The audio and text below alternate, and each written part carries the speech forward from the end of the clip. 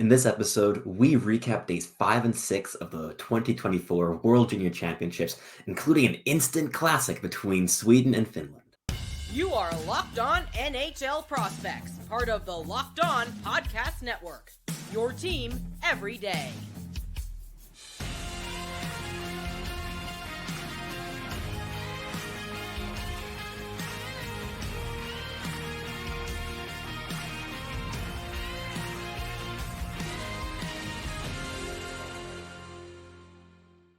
Hello, and welcome back to the Locked On NHL Prospects podcast, part of the Locked On Podcast Network. On this podcast, we break down everything prospects related 5 days a week, Monday to Friday. I'm Sebastian High, and today I'm not joined by my usual co-host, Hadi Kalakesh, as he is sick with COVID.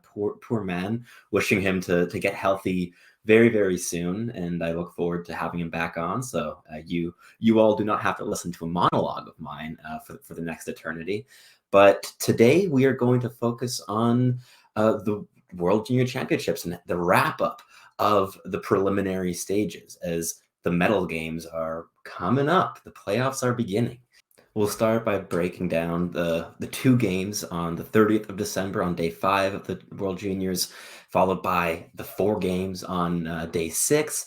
And we'll wrap it up by giving you guys a little bit of a primer on the playoffs and the games that we're going to be having in the first elimination games. So stay tuned for that. But first, this episode is brought to you by Gametime. Download the Gametime app, create an account, and use code LOCKEDON for $20 off your first purchase.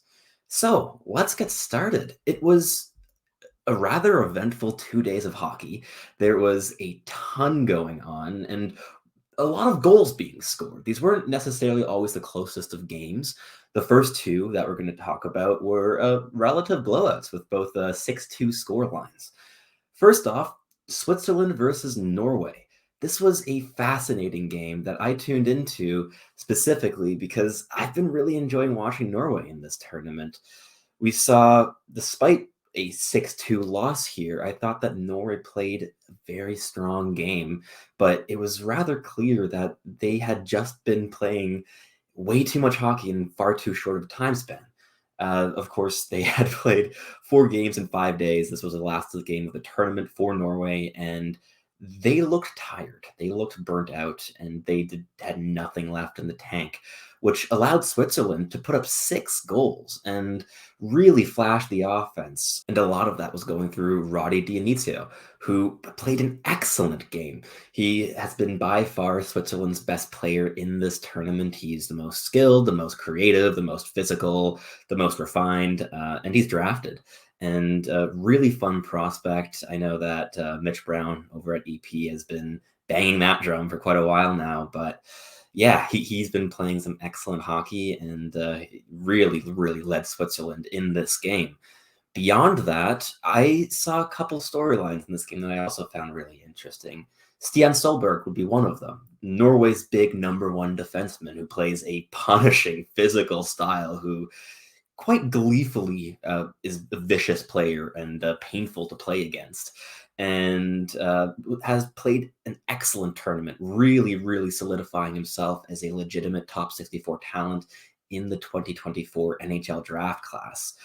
But he was dead tired in this game. Michael Brandstad-Nygaard was a little bit more energetic because he's a more refined professional player. He has better stamina. He hasn't been playing between 24 and 27 minutes every night like Solberg has.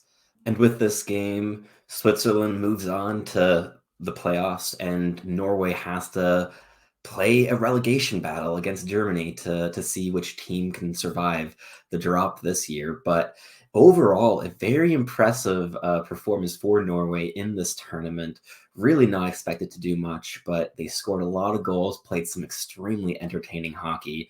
And Michael Brandstad-Nygaard is certainly solidifying his place as a potential top 10 or top 15 draft pick this season. So this was a fascinating game, but let's move on to Latvia, Germany, which was a bit more sad for me personally. I'm German. I speak German fluently. I love I love German hockey. I love when Germany can play some good hockey because it's not usually the sport that I cheer for Germany in. But in this game, it was quite clear that Latvia was just a couple of steps ahead.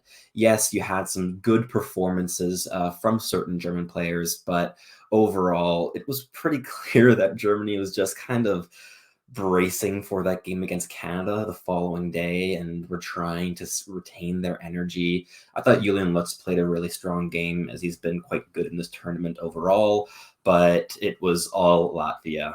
Sandis Velmanis had 2 goals, 1 assist.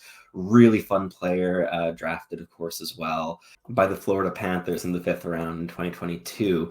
And he was Latvia's creative outlet in this game. A lot of the play, a lot of the offense was going through him. I loved his play in transition. He's a really entertaining prospect for Florida Panthers fans. If you haven't checked him out yet, please do. Very entertaining little player. But yeah, not too much to say about this game because while yes, Latvia did dominate on the score sheet, it was a really weak performance for Germany, and I don't think that either of these teams were exactly accurately represented in this contest. What I do want to dig into a little bit more is the American rout over Slovakia, the 10-2 victory. This was the first game on day 6 of the World Juniors on the 31st, and it was quite a game. Slovakia did not, they were playing without Adam Gajan, and that showed. They allowed a lot more goals than they have previously in this tournament. The defense was looking really porous. There was a lack of confidence without their star netminder in goal.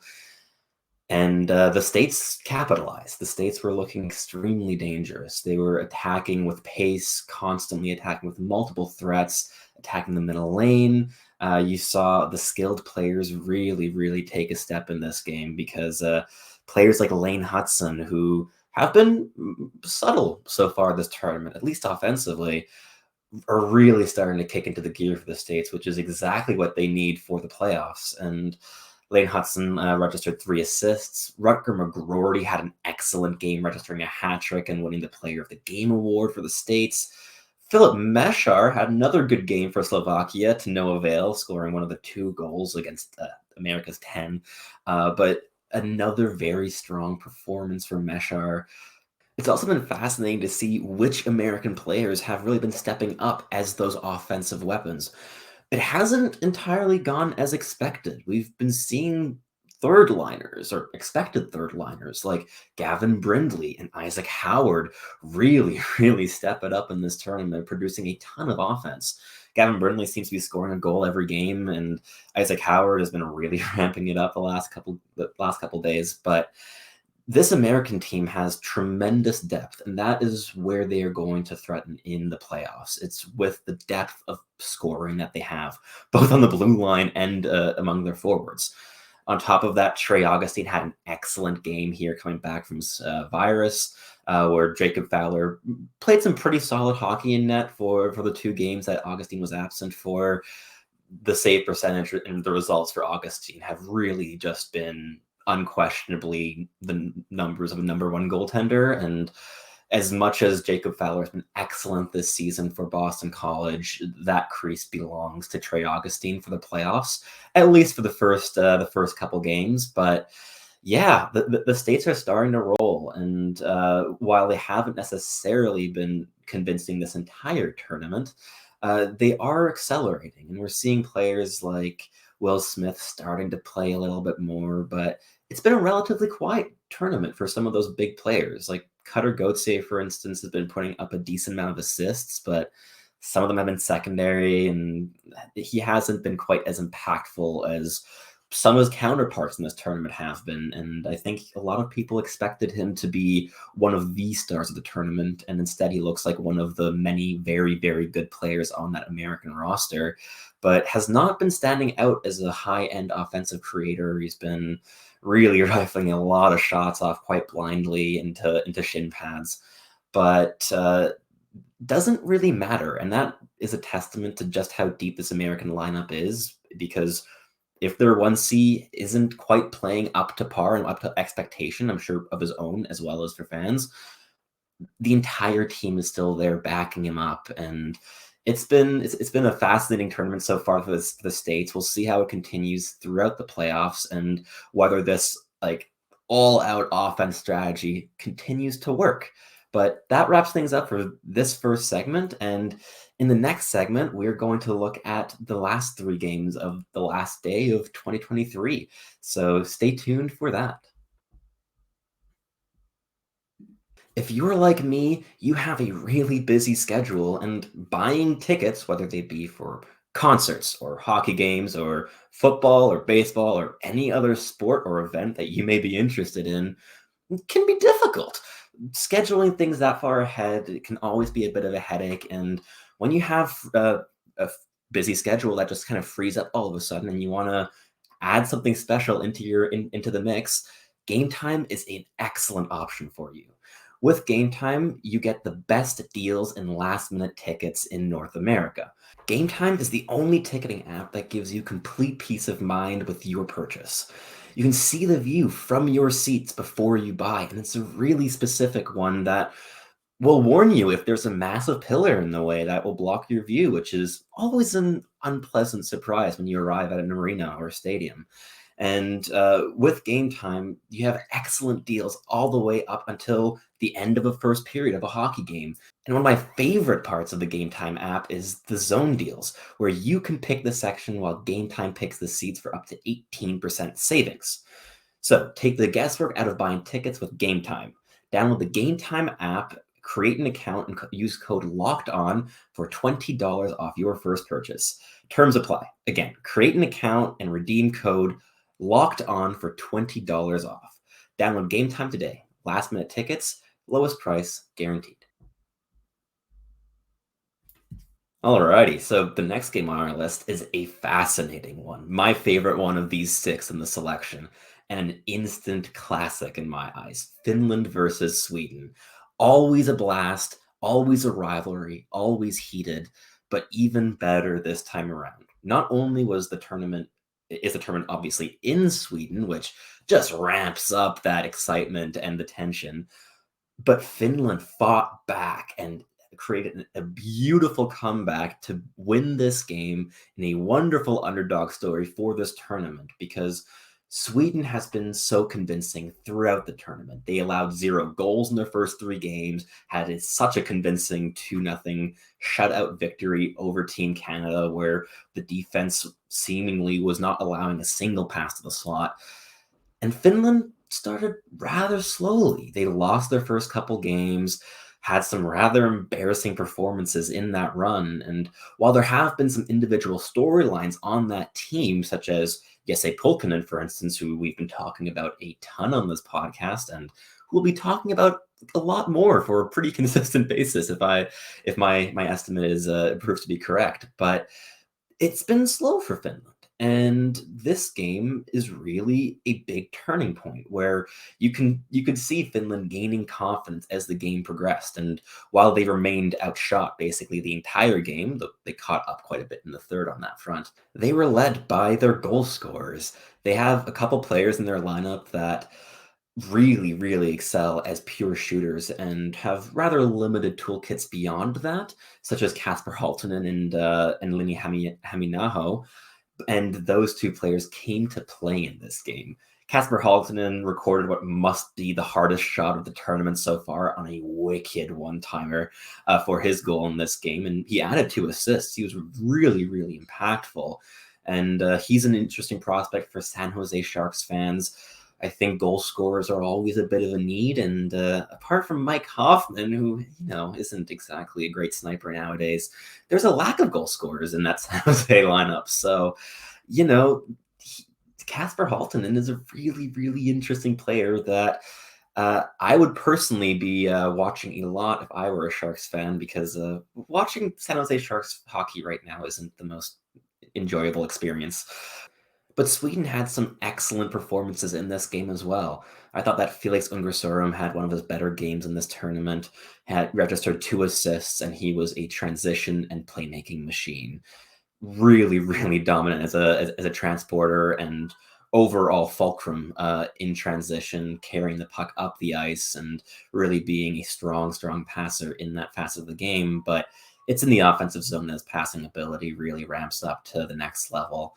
His ability to get the puck from the boards to the middle has been one of the best in this tournament, which I've been seeing consistently, and is also backed up by the data tracked by Mitch Brown and Lassi Alanen from EP Rinkside. But I thought that Unger Sorum had just an excellent game here. And special shout out to Consta Hellenius, who, despite still not having recorded a single point in this tournament just yet, and while playing very big minutes throughout, played a solid game against Sweden here. He was playing his regular style, highly intelligent and constantly aware of his surroundings, making very quick decisions, retaining possession, and overall giving his team a chance to win in this game. I thought that he was an important cog in this Finnish machine. And despite a really exciting overtime, which included a Liam Ergen breakaway in the dying seconds, this game ended in a shootout, and Finland won it. So while Sweden, in my eyes, remains one of the favorites in this tournament, we'll see how this impacts Finland's confidence and whether they can string together a few victories against some difficult competition now that the playoffs are going to be beginning. They're playing Czechia in the quarterfinals, and that's a big game, and we're breaking that down the next segment. But first, let's talk about the last two games here on the agenda.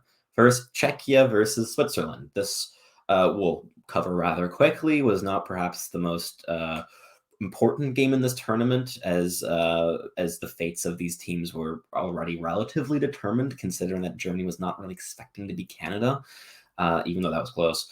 But I thought that Thomas Galvash played a tremendous game. He's a draft-eligible defenseman, left shot, really excellent skater, quite creative, but can be a bit passive in some viewings of mine. And he's at his best when he's moving his feet and making some daring plays, and that's exactly what he did in this game. He was called up after Jiricek's injury, and he's been a really, really important contributor for Czechia. He had an end-to-end rush to feed the primary assist cross crease to Jiri Kulik for the game-winning goal in this one. And I think that he deserves a significant shout-out because he's been very impressive and will certainly get some top 50 or even first-round consideration come draft day. And lastly, Canada versus Germany. This was a game. Team Canada has yet to really blow the doors off in this tournament, apart from that one blowout victory against Latvia. They haven't been overly impressive or dominant. And this game was certainly one of those. It was extremely tight throughout. It was basically a tie game or a one-goal game up until the midway of the third period. And Germany was consistently tying it back up as soon as Canada ever scored a goal. And we saw Canada's star be a star. Macklin Celebrini continues to play a tremendous tournament. The creative fulcrum of that Canadian team, the one player that Canada can rely on to create something out of nothing on a pretty regular basis in this tournament. He's just been tremendous. Another storyline here, Carson Rakop was playing top 6 minutes after being basically like forced as a 13th forward for the entirety of this tournament so far, in very, very limited minutes, which is rather curious for a player with 31 goals and 31 OHL games this year. But he played excellently. His assist on the Owen Beck goal was beautiful. He drew the defender out, drew the goalie out of his net, and just fed it right onto the stick of Owen Beck, who had a pretty wide open cage to slot it into. And he had another assist later on too. So Rakop had an excellent game for Canada. Apart from that, do I have to mention the Geeky hit? It's been talked to death already. I think me and Hattie fall quite similarly on this hit, being protect brains, protect players, protect people, and especially among U20 and like very, very young hockey players, it's important to protect them. And yes, Geeky is a very big player. He's 6'5", but his shoulder rammed straight into the head of the German player, and I think that a large penalty was deserved. Whether it deserved an entire game misconduct or not is another matter, but I'm always of the belief that protecting players is far more important than anything else, and such as respecting the physicality of a game. And you can be physical without throwing shoulders into faces. But yeah, I think that wraps it up for this segment. And in the last segment of the episode, I'm going to break down the games that we have ahead of us, the 4 quarterfinals, and they're going to be fascinating. So let's get into that right after this message from our sponsors over at FanDuel. The NFL regular season is wrapping up, but there's still time to get in on the action. With the NFL regular season is wrapping up, but there's still time to get in on the action with FanDuel, America's #1 sportsbook. Right now, new customers get $150 in bonus bets guaranteed when you place a $5 moneyline bet, win or lose. That's $150 that you can spend on anything, ranging from spreads to player props to over and unders and far, far more. Whether you want to bet on your favorite team to go deep into the playoffs, maybe even win the Super Bowl, or on your favorite quarterback to throw 300 or more yards in the next game, the choice is yours with FanDuel. So visit FanDuel.com/lockedon and make your first bet a layup. FanDuel, official partner of the NFL. Alrighty, so that wraps up our recaps of days 5 and 6 of the World Juniors. But let's look forward to the playoffs, and there are some fascinating matchups. 2 that are quite clearly going to be a bit more tight than the other 2. Let's start off with the less close one, so we can spend a bit more time on perhaps more interesting matchups. First, we've got the USA versus Latvia. If Latvia wins this game, it'll be one for the ages, and I would be a very, very happy person. I have a lot of love for a lot of players on that American team, but underdog stories are always beautiful, and it would be a true underdog story. This Latvia team, despite having just come off a 6-2 victory against Germany the other day, is not likely to win against the States, but we have seen the States kind of play some sketchy hockey at times in this tournament, but they've been pretty convincing against the weaker teams, and there is so much firepower on that team that I can't really see any result here apart from an American victory by a deficit of 3 or more goals. But we'll see how that goes. I would love to be wrong. I want that to be as close a game as possible, of course. But the same can be kind of said for Sweden versus Switzerland.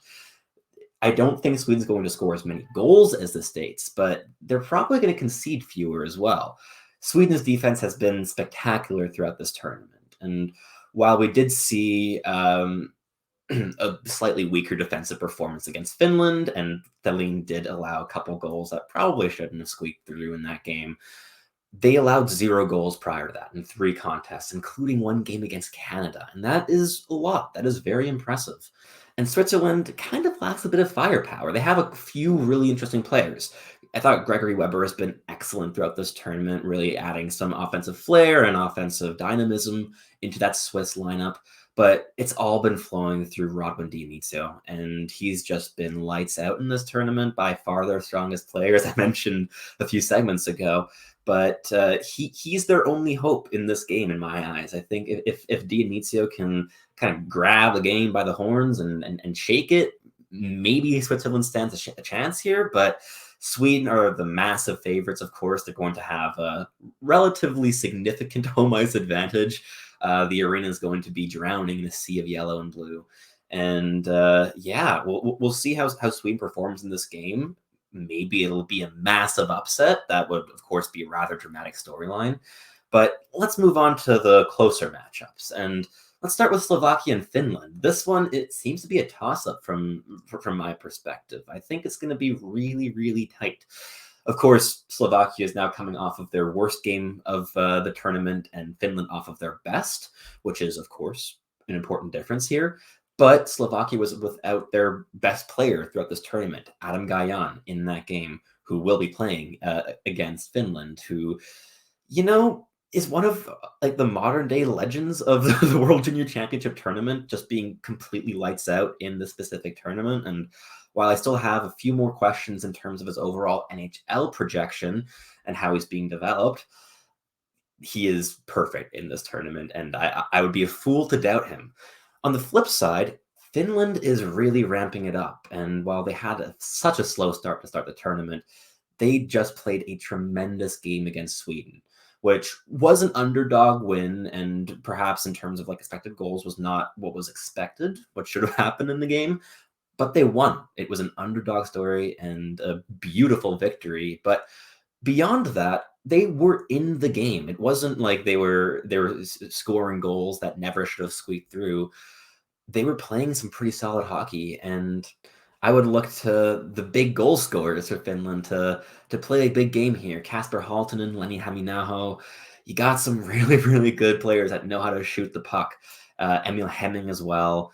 I think Konsta Helenius could really, really get in on the action. If he starts scoring for Finland, I think a lot more starts clicking in that lineup. But I would say that Finland's great game breaker is an undrafted overager. Jesse Pulkkinen has been perhaps the best defenseman in this tournament. If not, he's been close to it. Very, very impressive performance for Pulkkinen on both sides of the puck. 6'7", smooth skating defenseman with silky hands, who has been creating advantages in the offensive zone, really like activating and being aggressive. But it's been his defensive value that I've been most impressed with. He has been a tremendous transition defender, using his reach to be an absolute nightmare for every single forward trying to attack down his side of the ice. So I think this is going to be a really interesting game. Last but not least, we have Team Canada. Team Canada versus Czechia. We have a rematch of last year's gold medal game, and this is going to be a fun one. Czechia has been getting a lot better as this tournament has progressed, a bit like Finland. They started off with a pretty horrid performance against their arch rival Slovakia, but they have been really gaining steam, and Yuri Kulik is starting to play some excellent hockey, looking like a pro among junior players, which he is, and he will be very important for Czechia in this game. Michael Hrabal has had some good games, some less good games, and Czechia will depend on getting the good Hrabal against Canada to stand a chance. But with Canada, this has not been a dominant tournament by any stretch of the imagination. It would not really be a shock for Canada to lose this game in my eyes. They're still the odds-on favorites. They're likely to win, probably.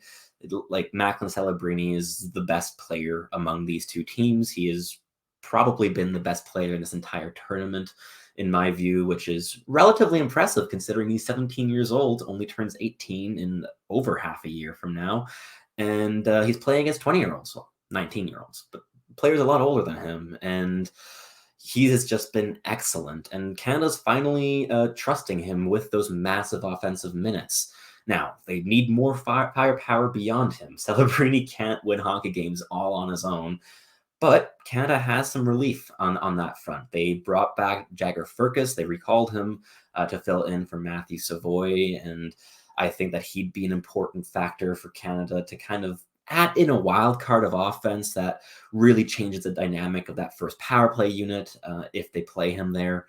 And on the other side, Carson Raykopf played a tremendous game against Germany, really thrived in those top 6 minutes, and deserves to retain that level of playing time in my eyes. So I think if Canada wants to maximize their chances, they have to double down on skill and pace and dynamism. And those three players have a lot of it. And other pieces on this team can really fill out those depth roles. And especially against Czechia, you're going to need a Team Canada that can grind out a victory.